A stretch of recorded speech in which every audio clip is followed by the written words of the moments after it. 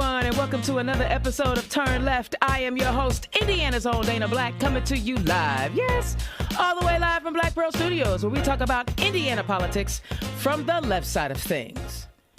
So you thought that train derailment was in Ohio, and it had nothing to do with Indiana. You thought you skated and skirted around a disaster that was preventable.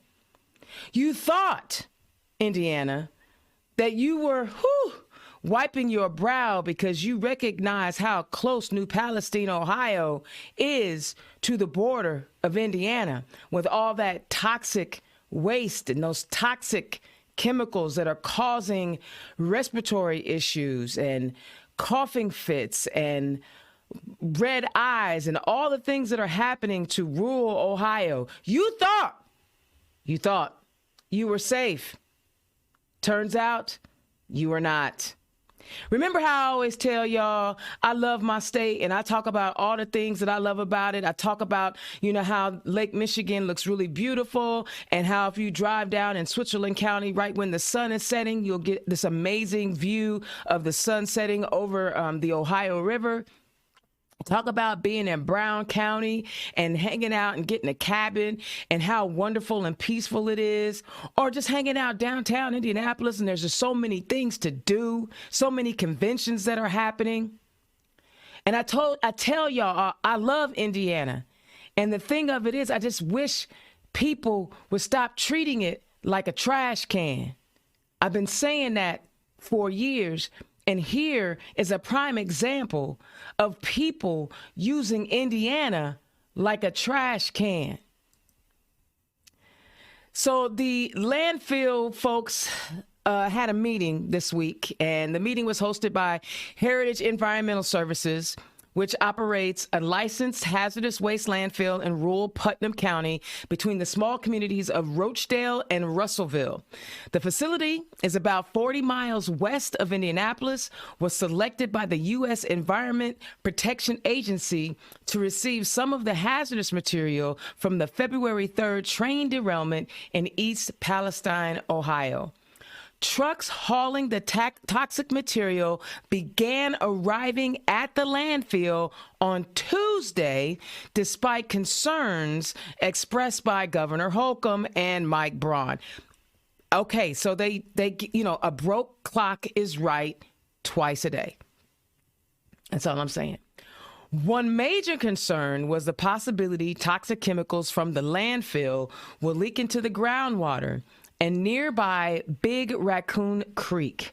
Some said they feared the waste would contaminate an area aquifer that feeds local wells. Others wondered about the landfill's safety records because apparently this particular landfill has had some violations. Now listen, I am not going to rip on the EPA. I am not going to rip on the current administration because I recognize they've got to put that toxic waste somewhere. What I am upset about is that the previous administration removed regulations that could have helped prevent this type of accident. But because the train company wanted to maximize their profits, your drinking water be damned. Your health be damned. They don't care. And this is, I want y'all to understand, ain't no black folks in East Palestine. I mean, Tucker Carlson tried to tell you that this particular train derailment was an attack on white people. I need him to stop tripping and understand it's an attack on Americans. It just so happened in this particular instance that train derailed in East Palestine, Ohio, but those train tracks run through all types of urban areas, and we know they don't go through suburban areas. Those communities are pretty safe from mass transit. But those of us in urban areas and those of us who live in rural areas, we're getting the toxic waste, and people around the country still treat Indiana like a trash can. I'm not really sure what the remedy for this is. It's got to go somewhere, and I get that.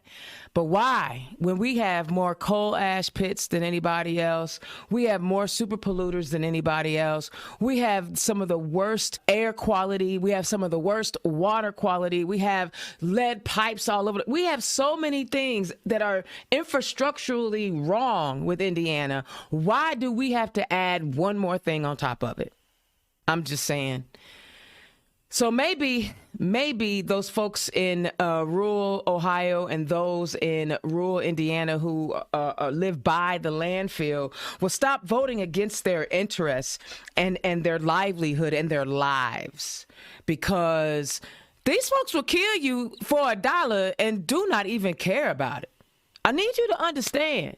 They will kill you slowly and have generational impact on your family and your future for $1. Something we need to be paying attention to. But back to the State House, because that's where I live. And unfortunately, there are a lot of bills that are going through the State House that attack one of my many demographics, and I am personally offended that my tax dollars are being used for salaries for people who are writing legislation that's very harmful to my communities. Let's talk about SB 12 first, authored by Senator Jim Tomes out of Wadesville. So under current law, schools are eligible for defense to criminal persecution for accusations of disseminating material or performances harmful to minors. Okay? At present, if, say, it's in The Bluest Eye, or it's in something fabulous that Toni Morrison wrote, and there happens to be a unpleasant scene in the book, the defense could be that we're taking the totality of the book, not just one line or one sentence or one paragraph in the book. And that could be a defense. But SB 12 establishes a procedure that will allow parents to submit complaints about inappropriate materials. And should it pass, teachers, school librarians, and other school employees could be charged with a level 6 felony, which carries a maximum penalty of 2.5 years in prison and a $10,000 fine. I need y'all to hear me on this. Inappropriate material. Well, first of all, what is that? What's inappropriate?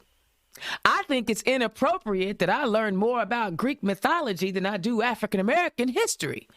Does that count? Does that count? Oh, no, probably not.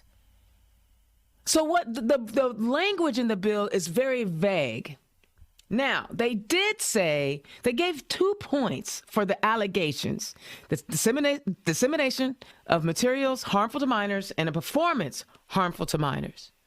So I need my suburban history teachers who every now and then want to pretend that they're at Conner Prairie and they want to reenact what it's like to have people enslaved and then pick out that one black child to be the enslaved.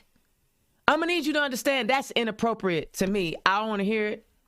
But I'm giving you these extreme examples because of this.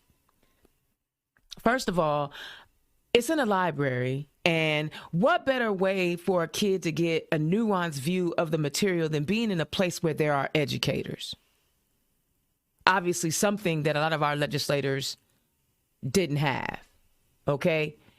And now we're taking an industry, a section of employees in Indiana where we're struggling to hold on to, mind you, and say we're going to turn you into a felon based on a book that's in a library. Now, they already passed the book ban, a bill out of the Senate, We're going to ban books because we know how well that works in history. Again, some of these clowns in the State House obviously do not understand the nuances of human behavior, or otherwise they wouldn't keep trying to do the same stupid, idiotic thing like ban books. It doesn't work. And now you want to ban books in the middle of the information age. My cousin just sent me an email. He is on the attorney team that is bringing the lawsuit against all the social media networks. And it was heard in front of the Supreme Court. So we know that books are not the only place to get the material. There's more harmful material on these platforms that we use. Yes, and I'm a constant user. I get it. But I use my powers for good. I'm just saying. But we're criminalizing librarians, y'all. The librarian. I don't know how old y'all are, but y'all remember the Dewey Decimal System and the card catalog, and the librarian was the nicest person in the school. Now we're going to turn them into felons? This is ridiculous. SB 12 is awful. The authors, James Tomes, Senator Blake Droit of Goshen, and Senator Tyler Johnson of Leo. Give them a call, y'all. Call them up. Let them know you are not happy with any of this. Get in their business and let them know you can't do this. Stop trying to ban books. Stop trying to censor people, and stop trying to criminalize teachers and librarians when we don't have enough of them as it is. Cut it out.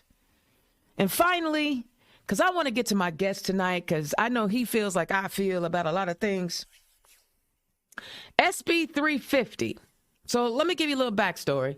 One pastor's feud with the city of West Lafayette over a withdrawn ordinance that would have banned unlicensed counselors from conducting anti-gay conversion therapy has gone statewide in Senate Bill 350. The State House Chronicle reports the bill initially would have blocked local units of government from implementing such bans on counseling and behavioral health services. But it's been broadened in amendments. It would now stop local governments from regulating the performance of any kind of service if it is subject to state licensure or specifically exempt. As they say, the genesis of the bill is to make sure that local political subdivisions don't regulate the state sanctions, says the bill's author, Jeff Ratz of Richmond. See, so much for local control. So much for that. I mean, I don't understand their arguments half the time. First, they say they want government out your business, but then they be all up in your business. Now, as a local ordinance, if you want to say, I don't want plastic bags in my city, you should be able to pass that ordinance. But it's something as serious as perceived or contrived conversion therapy, which does nothing but cause more mental and emotional anguish on someone because you're trying to convince them that they are not who they are. And these people are not licensed. These people don't have the credentials to deal with behavioral science. And you want to say it's okay to just let them run wild, willy-nilly with their religious understanding? And oh, how many religions do we have, y'all? How many? How many do we have? How many denominations within one religion? Who's right? But you want to have people running around traumatizing young people, thinking that they can be converted from gay to straight. Nobody chooses to be gay. It's like you didn't choose to be straight. I didn't wake up one day and say, you know, being a left-handed black woman just ain't enough oppression for me. I need some more. That did not happen. And the idea that local government can't set regulations on how certain services should be handled is ridiculous. That means the state is going to what? They're going to do all the food and the restaurant inspections? Is that what they're going to do? They're going to do all the massage parlor inspections? Is that what's happening? See, this is overreach. And the folks in the State House have made Indiana, and because we're not Florida and Texas and one of those bigger states, people aren't paying attention to us on the national level, so they don't realize how over 6 million Americans are being treated like crap. Nobody's paying attention. Nobody's raising the red flag like, oh my God, this is happening. But Indiana's own is. I'm talking about it. So let's go ahead and talk to my guest. You guys know him as the NPR voice of the Indiana Democratic Party, because I'm the loudmouth of the party. He's the NPR voice. Y'all give it up to our state party chair, all the way from South Bend, Indiana, representing way up north, my guy, Mike Schmuhl. Mike, welcome to the show. Good evening, Dana. How are you? I am good. I'm hot under the collar. I'm not going to lie to you. I mean, my goodness, I don't know if I can take any more of the crazy that's happening in that state house. What say, I didn't even talk about what's happening on the House side. I was on the Senate side. Bruh, talk to us about what's happening in that state house and the issues that you are seeing, the ones that I didn't even talk about. Well, when you're going through your monologue, Dana, I was sort of thinking that the Republican supermajority needs to spend a lot less time talking about private parts and a lot more time working on real public policy for Hoosiers. Absolutely. I think that is very clear. And we see the news every day and what they're trying to focus on. And I just think that is so out of step with what the average Hoosier, kid, parent, worker, senior citizen, anybody, a visitor to our state is what they're thinking about. And the Republicans want to clamp onto this. They just want to have culture wars, to have culture wars. They just want to focus on that like a dog with a bone over and over and over again. Really, what it does, which is really sad and heartbreaking, is it targets and it hurts the most vulnerable in our state. Absolutely. And so, you mentioned those two bills. I'll just mention a couple other ones, but then I do want to go and talk about maybe some positive things that are happening because of Democrats. But I love it. You look at school choice, giving more money to voucher system. And some folks, even within our party, land on different sides of that. But the key is, public dollars going to a public school, there's a lot of scrutiny there. There's a lot of oversight there. Public dollars going into a charter system, I don't see a lot of scrutiny there. I don't see a lot of oversight there. I think that's something that we talk about a lot at the party. The other thing is access to the ballot. We talked about it, you and I did a number of times last year, but Diego Morales, newsflash, folks, I think we all know on our side, he's doing what he said he would do, which is just awful, and making it harder for Hoosiers to vote. Mm-hmm. So the latest thing that has moved, I believe, from the House that's going now into the Senate on Monday is an election bill that would really make it more difficult for people to fill out an absentee ballot application to get a ballot mailed to their home. So, and it doesn't just limit that, it also limits traveling boards and folks who use that service. So think about people who are disabled. Think about people who live in a nursing home or a retirement community. Think about, a little old lady or an elderly couple sitting at home who find the convenience in voting from home. It hurts those folks. Yep. And that's just like, if you and I walked down the street and went into a diner, went into a restaurant, went into a bar and asked and told people about this, they'd be like, that's ridiculous. Mm-hmm. That's, and yet it gets pushed through because they're working over here with shiny objects and then just ramming other things through, thinking that we're not looking. So it's really disheartening, to say the least. I will say, Representative Wesco is the author of that particular bill. Right. And he's a young cat. Like he was the youngest person to be elected into the state house. He doesn't even do you even think an author of that kind of bill even thinks about what it is to be elderly, what it is to be disabled? And I'm not saying that young people don't. Please understand, I'm not saying that. That's not what I'm saying. But there's nuances that in writing such a bill, because you want to restrict access to the ballot box, which you're saying you're not. And in fact, I'm glad you brought that up because He Yeah. actually his argument for this bill was the exact opposite argument he had for another bill. I believe it was Representative Delaney asked, well, how many times have we had, voter fraud? And Wesco was like, oh, I just want to secure it up. But then on another bill that Ed Delaney Right. had offered an amendment, he literally said, well, how many times has this happened? Wait a minute. Mr. Wesco, some of us are watching these things every day. I'm sorry, I just had to throw that out there because he's a little condescending fellow. I didn't like the way he talked to Representative Pryor. I'm still upset about that, but go ahead. Yeah. Well, he's up from my neck of the woods. He's one county over. Maybe I should go over and have a chat with him, have coffee with him. You really should. But I think a lot of these things are a national playbook. I think it's also, Democrats, but just Hoosiers in general, take party out of it. There's a convenience to voting by mail. There's a convenience to voting. I think we can all agree as well, voting early in person for a month in the run up to Election Day. There should be more opportunities to vote. And I would even go so far as to say we should have extended hours to vote. 6 to 6 is one of the more conservative voting times in the United States. We're the first state really that kind of closes up 6 p.m. Eastern time for the majority of our counties for a major election. For working folks, for parents, for folks who want to get that in after work, if they're working a traditional schedule, that's really hard. And so, there should be reform around this. But again, I think we know they sort of pick their voters, back-to-back gerrymanders, 2 decades running. This is just another move to limit who has a voice, to limit who votes for them, and it's incredibly disappointing. Absolutely. To live that way, but I will say there's a positive somewhere.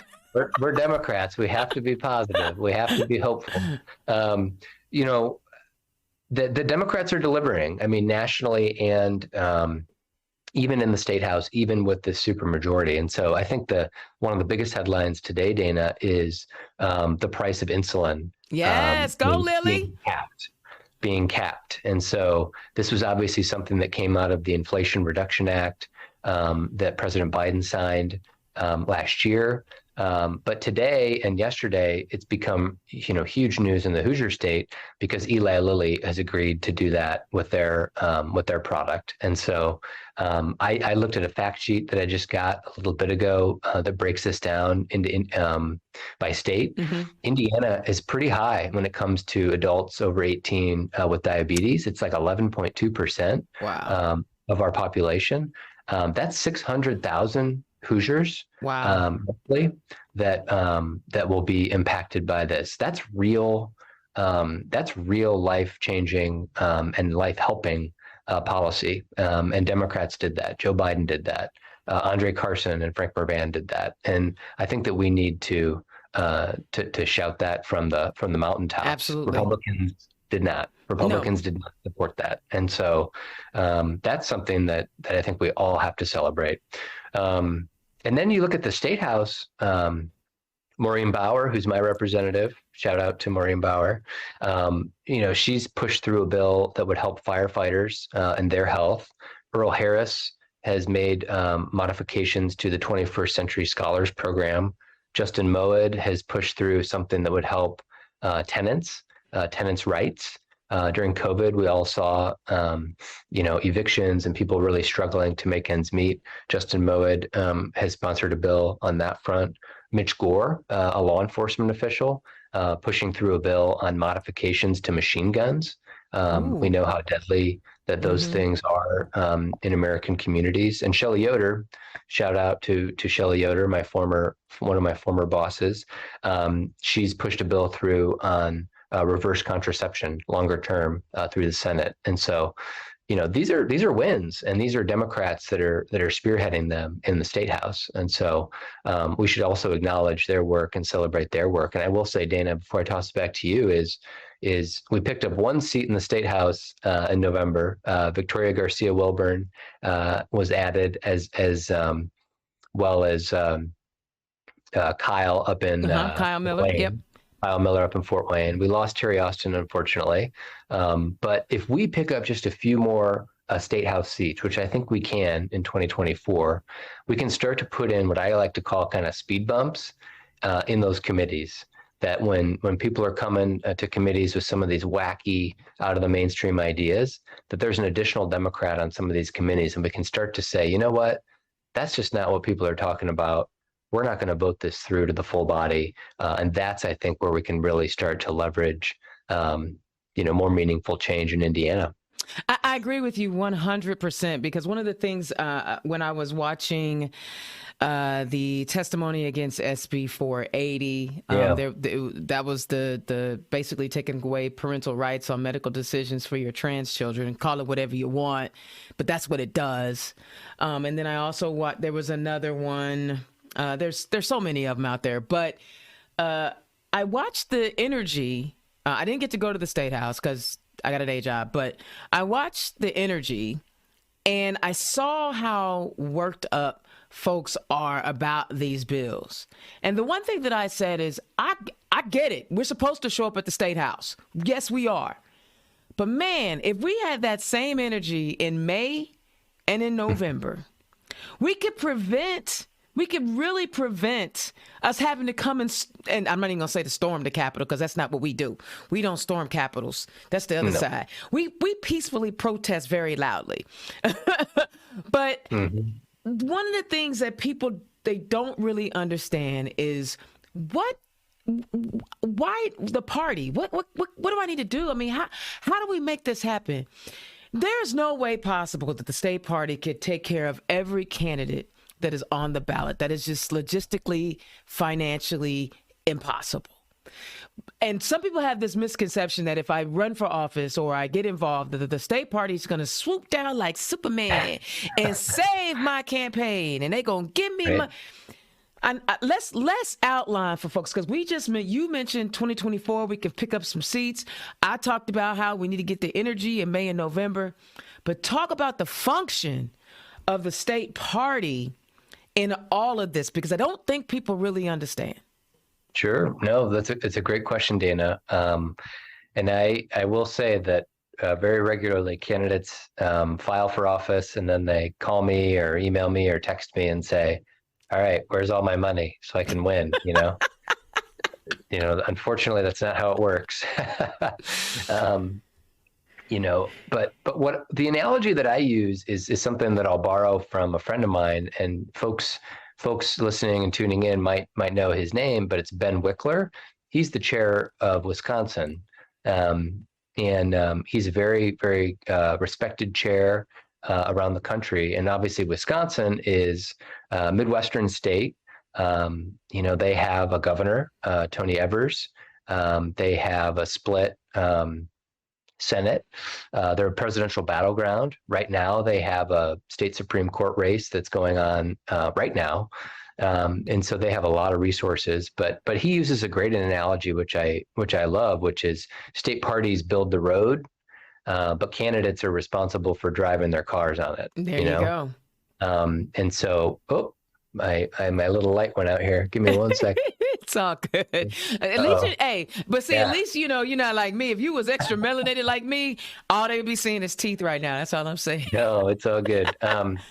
But it'll just be NPR mic. I'll be a little darker. But that's really the core work of the state party is infrastructure, and that is making sure that we have trainings, making sure that we can push out messages for media, making sure that we're raising money so we can have events, so we can congregate, so we can come together.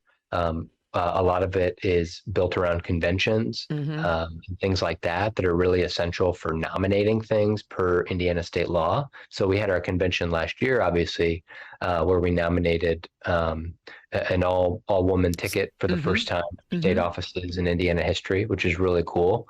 And then next year, 24, we'll have another state convention where we select delegates who go to the national DNC. So a lot of it's kind of organizational, but I will say a lot of it's also programmatic. And so, we've grown the budget, almost doubled the budget We're expanding the team.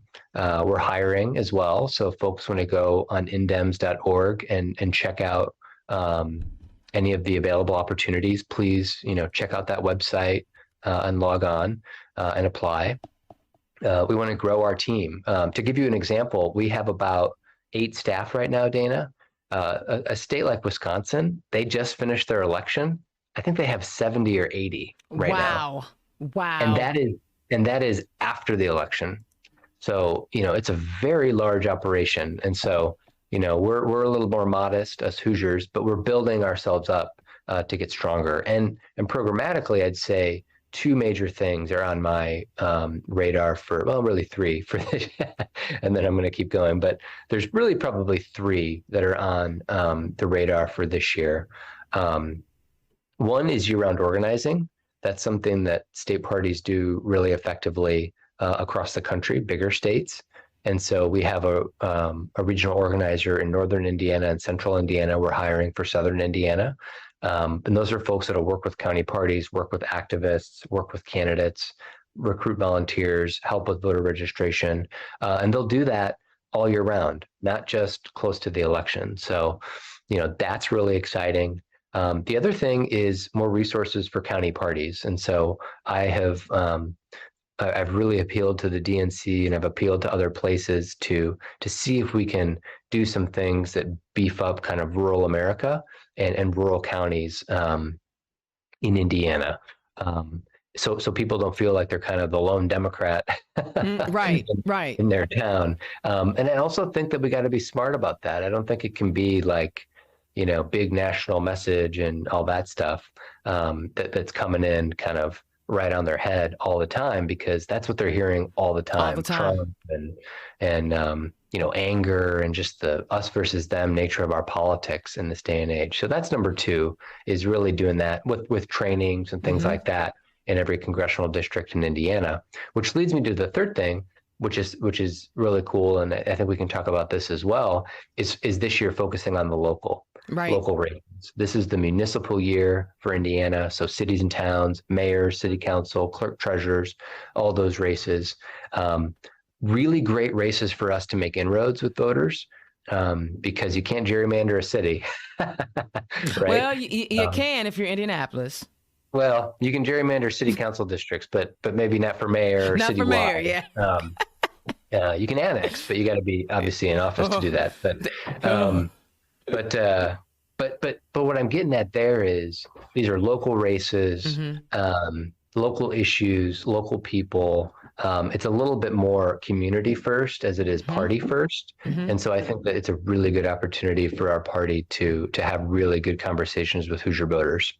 And I love that idea because I remember, people often ask, well, what can I do? How can I get involved? And I always tell them, before you ask someone for something, go offer them something.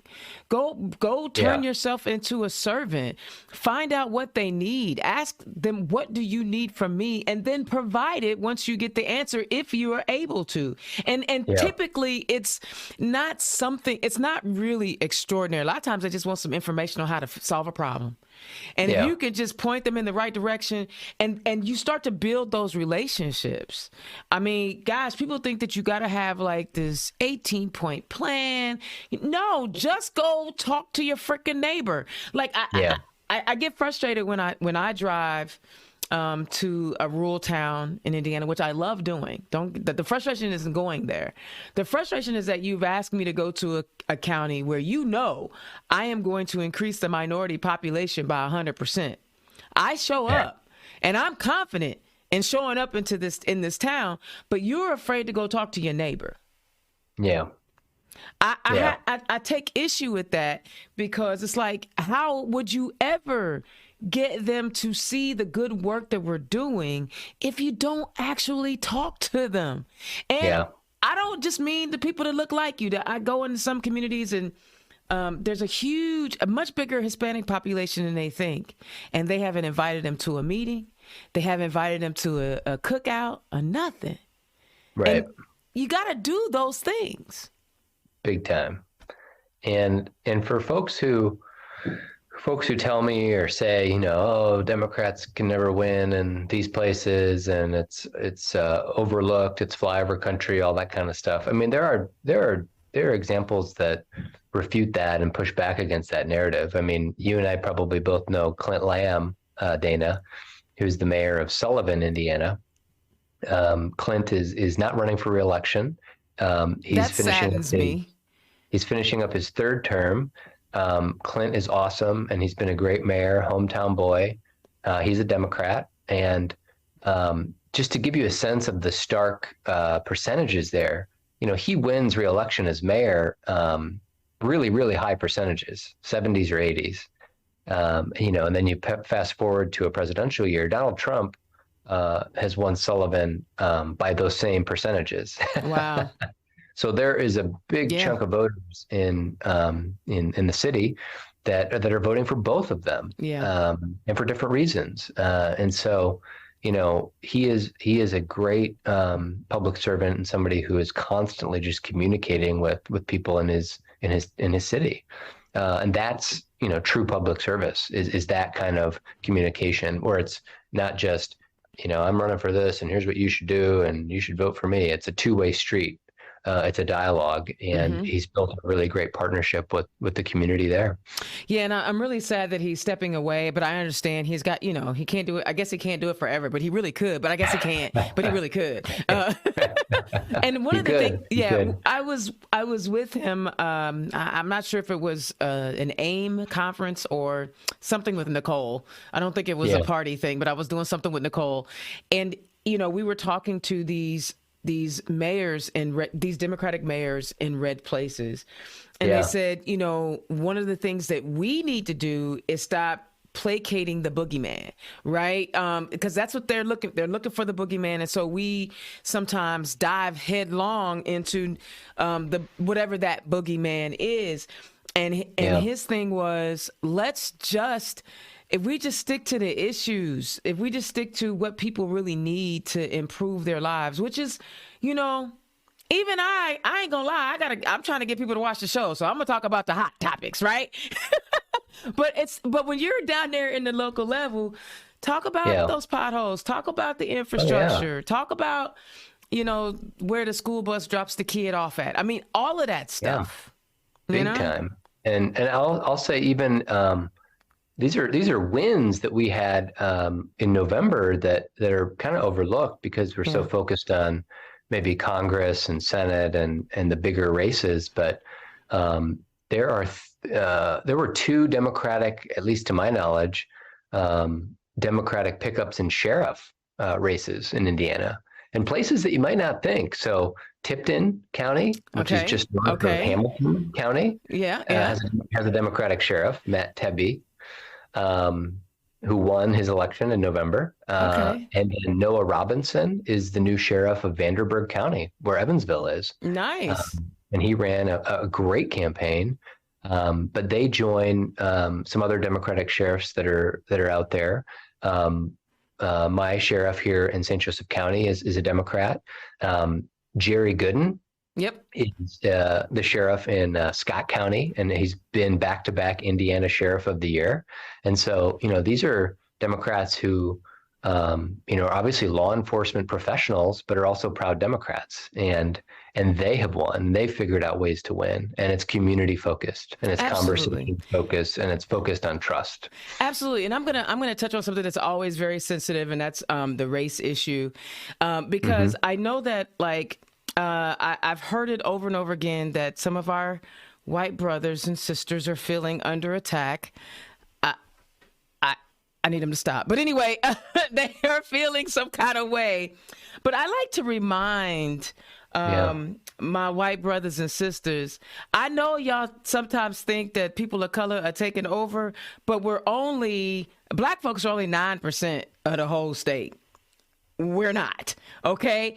And I really need y'all. I need my white, cis, hetero, male Democrat, because I need y'all to go in places that I can't go and have those conversations. You can have the same conversation, but because you speak a different language, and I know y'all don't think we do, but we really do, you can be that Democrat in a community that doesn't see a lot of difference and still convey our democratic message. Whereas if I walk into the room, it's going to shut down. And that's just human nature. We would love for us to all be kumbaya-ing it up and we all get along and blah, blah, blah, blah. We don't even do that in our own party. But I'm just saying, if you already know what you're working with, then you could go and like have those real conversations. That's what I'm talking about. You cannot be afraid to talk to your community and talk about the significance. We have our caucuses in our party. And these caucuses are a way to make sure that every voice is heard. But I need you, sir, to just explain the significance of everybody in this big tent. Yeah, it's hugely important. I'd say it's kind of the heart of our party is that we are a big tent party. And everybody is welcome, and everybody belongs. And so, I think it's helpful for me to paint the picture on the other side. The Republican Party, their state central committee, so the governing committee of the state, it's just people from each congressional district. So there's 9 congressional districts in Indiana. So there's a chair and then a vice chair. So there's 18 people on their committee in addition to their officers.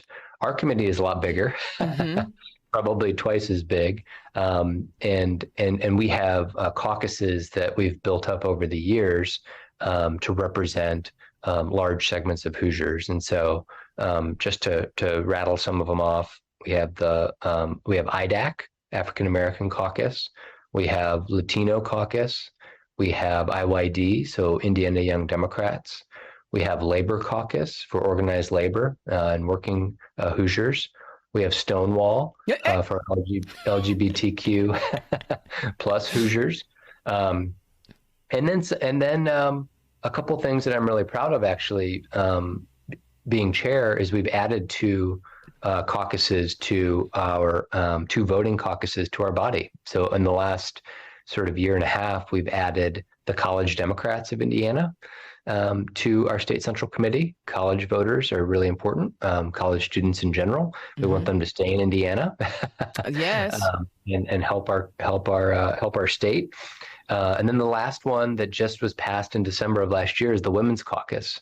And so we did that in December at our end of year meeting. The Women's Caucus had been in council status for a number, about a year and a half, but have always been involved in the party. And so excited that all of those folks are represented on our state central committee. And I will say, because we did this just today, but this month is we've left Black History Month and now we're in Women's History Month. And so, Mila Eldridge, who's our wonderful vice chair and the chair of Marion County, will be commemorating Women's History Month and talking about our Women's Caucus probably tomorrow with some press releases and things like that. That's good stuff, because I just need everyone to understand there's a place for everybody in this big tent, and it's so important that we recognize that. I watch what they do on the other side, and there's a sister over there. I'm not going to name drop her because I don't want to give her no extra. But she posted a tweet from somebody on her party that said some pretty, not so American things about Black folks. And she was like, this is a Black chick. She a Black Republican. And she was like, well, this is not American. This isn't very American of you. And I'm like, but these your people. You sitting around working hard every day to get them elected. But now you want to be upset? I mean, this is what they do. And we're not perfect. The party is not perfect, but we know that there's a space for you. We're not going to tokenize you, right? Because I'm sorry, the Republican DEI is some token mess. Because how many of them are elected? How many of them are in leadership positions? Then come talk to me about your diversity, equity, and inclusion. Yeah. So, okay, so I'm a new candidate. Mr. Chairman. Mhm. And I've gone online and I've seen some trainings. Can you help me get some trainings, Mr. Chairman? Yes, very much so. Um, so if you are a candidate and you're listening, I mean, definitely reach out to the party on our website. There should be a link that goes to our events. Mobilize is a great resource just in general to see about events and trainings. We just had a huge training on Saturday in Greenwood, just south of Indianapolis, that was sponsored by the National Democratic Training Committee. That's a really fabulous organization. If people want to check them out online, they partner with us on a number of things, all free. Have to sign up, but there's all these different modules, all these different tracks that you can take if you're a candidate, if you're working on a campaign, if you're a precinct committee person, if you're just a passionate volunteer, activist in your community, you want to be involved in your local party in some way. There's all these different ways that you can take advantage of those trainings. Some other resources that are out there. I just had a conversation this week with Run for Something, Mm. and that is a group that is focused on younger candidates, maybe first-time candidates or second-time candidates under the age of 40. And also they do put a premium on diverse candidates, women candidates. They're fantastic. They have really great training modules as well. And then with the party, we are going to go to all 9 congressional districts multiple times this year to talk with folks. And we're going to tailor those trainings based on what those district chairs want, what those county chairs want, what they need. And so for some folks, it'll be raising money. Shout out Act Blue. It'll be,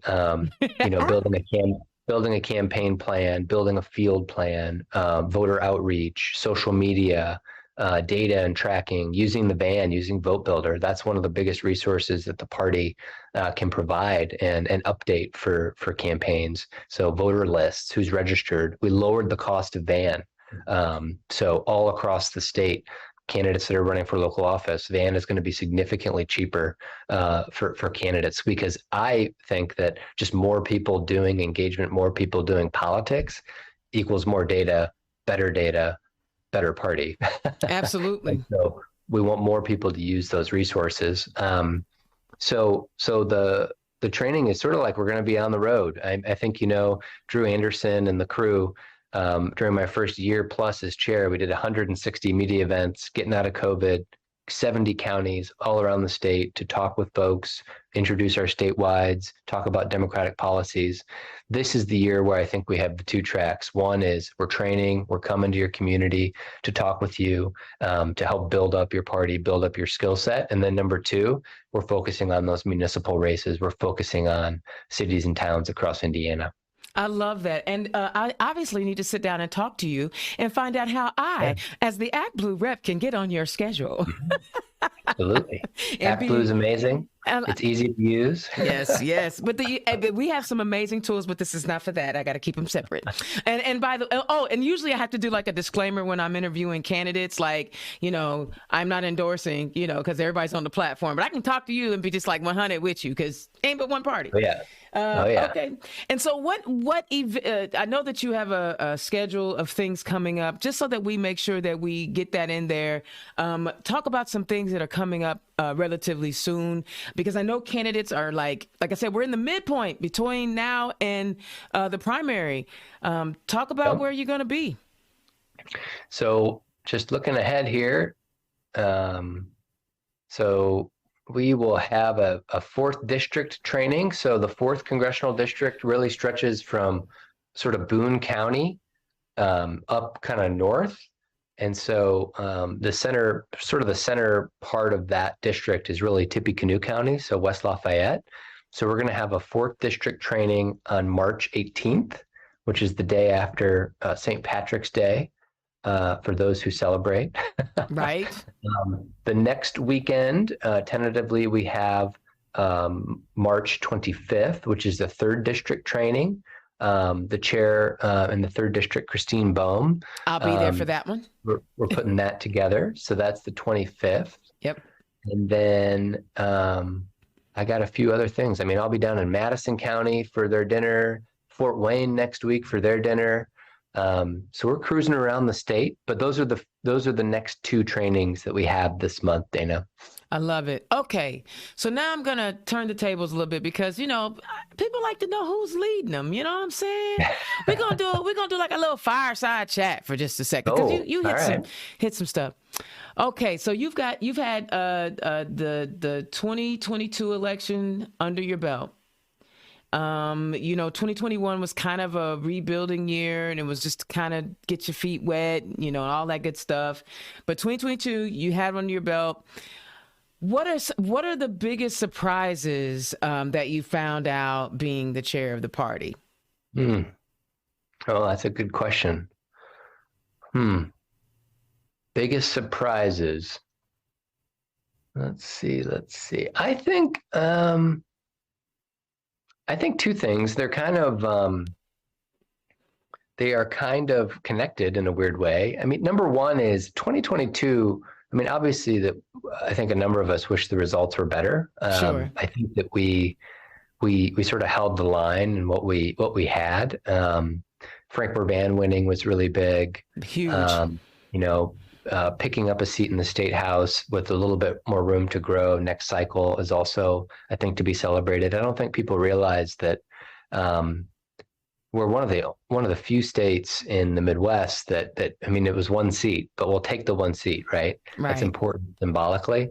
A lot of other places lost state house seats just because they became more red, more gerrymandered, and we certainly have that challenge here. So I think the thing that I realized really just sort of starkly going through 2022 is just, the deck is stacked against us, and it's really unfair. So we just that is what it is. And we have to kind of change the game. We have to do everything just better than the other side. And I think that going through an election, I mean, I've been through elections. I'm probably in my 15th year now doing Indiana politics on and off. But gerrymandering, money, straight ticket voting, access to the ballot, and turnout. I mean, those things were just kind of like in my face. And to whatever we can control, we have to change those dynamics in Indiana to elect folks statewide, to elect to break that supermajority, to elect more local leaders. And I think we can do it. And I think the positive. So that's a little bit more like, this is a big hill we got to climb together. But I think the thing that I've seen as chair and that I've felt and I've experienced, Dana, is that Hoosier Democrats are really resilient and Hoosier Democrats are really strong. And that I actually, when I travel around and go to meetings where other chairs come together and I talk about our party and what we're working on, every party is different. Some parties are huge and big states and all this stuff, and they have all the elected officials. But we're tough, and we, I think, are in for a fight, and we're in for a fight for a long time, and we're resilient, and I really, really value that. I also think related to that, and you see it when you travel around the state, Dana. And I think related to that is there's more people that are getting involved and building a bigger coalition, I think, in our party and in the progressive ecosystem. And so, there's C3 and C4 organizations that are popping up. There's groups that have been doing work for a number of cycles, a number of years. There's more money kind of flowing into the system. We got emerging leaders and Hoosier Women Forward. There's groups that are just growing, and because they've been consistent in what they've been working on. And that gives me a lot of excitement, because I do feel like we're at this moment where, have the Republicans, are they just starting to is it just too much? It is. When is the top or the toy just going to sort of like plop over, right? And I think that we're building towards that moment. I agree. And, you mentioned emerging leaders and who's moving forward.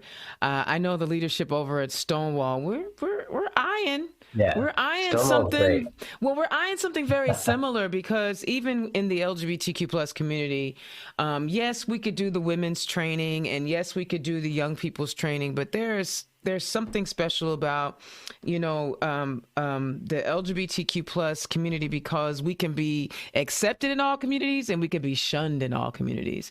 And so I Yeah. think that we're the leadership, the young leadership, I might add, Katie Yeah. Doyle and Keith Potts, young leadership, they're looking at maybe why can't we do like a little thing, to encourage more gay folks to become rainbow warriors. I love it. Awesome. So That's awesome. those are great surprises. And what do you think was the best like stepping stone for you to build on? Like you had your surprises, but what was that thing that was like, this is how I can build? The best stepping stone. You mean that helped me kind of build the party up a little bit more? Yeah. And it has you like literally when I ran for office, I'll give you an example. I ran for office and, I saw a lot of things that I felt like the party could have done, but they did it. So instead of me complaining about it, I'm just going to do it myself. So that's where Turn Left came from. Turn Left was a thing of, I want to highlight these candidates. It doesn't cost anything. We can get some listeners and people can hear their story. And what if they win? Then when they win and give an interview, it won't be their first interview, right? Because they will have already done a live interview on Turn Left. And that literally has morphed into Black Pearl Studios and creating content. And literally, because I wanted more exposure and I thought maybe the party could help, I created a thing. Yeah. And now I use that thing to elevate other voices. So that's like a stepping stone for me. Yeah, that's cool. I think you mentioned Katie and Keith and some other folks that are getting involved in our party. And you look at our ticket, our amazing ticket that we had last fall. I think how I would answer it, Dana, is I just turned 40 like 3 weeks ain't ago. that cute? Yeah. So I haven't been a young Democrat for a while, but now I'm definitely not. So, I was They always the said young I can be one forever. I don't know what your problem the young is. campaign guy, and now I'm like, I'm the older guy. But Ariel told me just last week when I was in Fort Wayne that I can be a young Dem forever. So I don't know what your problem is, and I got 12 years on you, bro. She hasn't told me that yet. I need to go ask her. But I'd say for me, it's really like. We're actually on St. Patrick's Day. They're going to unveil a bust of Joe Kernan at the State House, which is really cool. Yeah. And he's somebody who was our last Democratic governor, obviously, but he was also my hometown mayor when I was a little kid, and so he went on to be then lieutenant governor and then governor.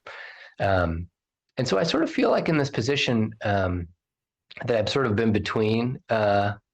Like generations in a way that like I knew Joe Kernan like personally, and I've heard all these stories about in the governor's office and running those races and Evan Bayh and all that, but then I'm also younger and have worked in campaigns in Indiana the last few cycles, and so I've been able to see the next generation, the younger folks come up.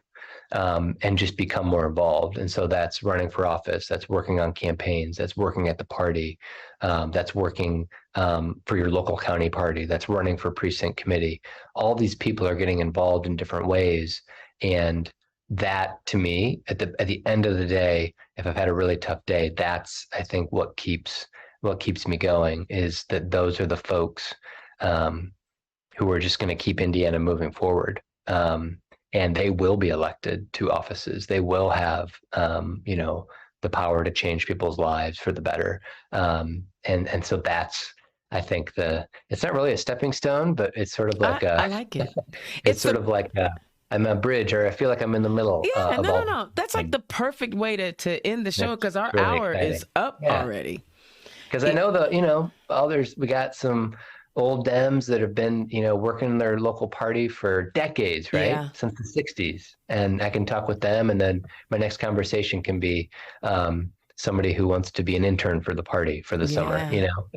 That's the beauty of our party and how we're building it up in Indiana. So I love it. And that is such a great way to close out our show, because we're already an hour. Like I said, I knew, you and I, we could chop it up, and I really, I enjoy like kicking it and I enjoy being your call and response girl. Let me know when you give it a speech. I'm there for you. I need it. I need it. No, you don't. You are just fine. Mr. Chairman, the Indiana Democratic Party Chair, Mike Schmuhl, thank you so much for taking time out of your busy schedule to talk to our listeners here on Turn Left. Guys, I've included some links of some of the things that he mentioned in the chat. Feel free to grab those as you want and review them. But just remember, after the end of the show today, the live feed comes down, and then I direct you back to the YouTube. And then you can always catch it on Spotify. And to all my candidates, I didn't get to talk about it because I messed up my screens. But listen, content creation doesn't have to cost you an arm and a leg, right? Holla at your girl. I can create a 30-second commercial to help you get your message out, and I can help you boost it. You don't need to spend. If you want something with some drones and flyovers, yeah, go spend the big bucks. But if you want to stand and tell the people and put a nice video together explaining what you're trying to do and how you're trying to do it, holla at your girl. I'll show you some samples that I've done so I can help you get that content out, because social media is the way to go. You're not running $100,000 ads on Channel 6 here in Indianapolis. You're going to be running on social media, and you need some content to complement your message. So make sure that you reach out to Indiana's own Dana Black, scan that barcode or the QR code so you can get at me. And if you're hosting an event and you need PA equipment, microphones, lighting, things of that nature, holla at your girl. Black Pearl Studios is a mobile studio. I can live stream your event. I can make all of these things happen for you. Yes, there's a fee, because gas, come on now. Gas ain't cheap. But I will go anywhere, anytime to support your event. Just holla at your girl, scan the QR code. All right. Indiana's own Dana Black. I love talking about who we are as Democrats and how we can improve Indiana through policies, through good policies. You heard it from the man's mouth. He will get you some training and show you where to get the training. Trust me, if the Orange Menace can be the president of the United States, you can run for school board. You can do it. All right. I will holler at y'all next week. Peace. Turn Left is the property of Black Pearl IT Solutions. Executive producer, Indiana's own Dana Black. Music by www.bensound.com.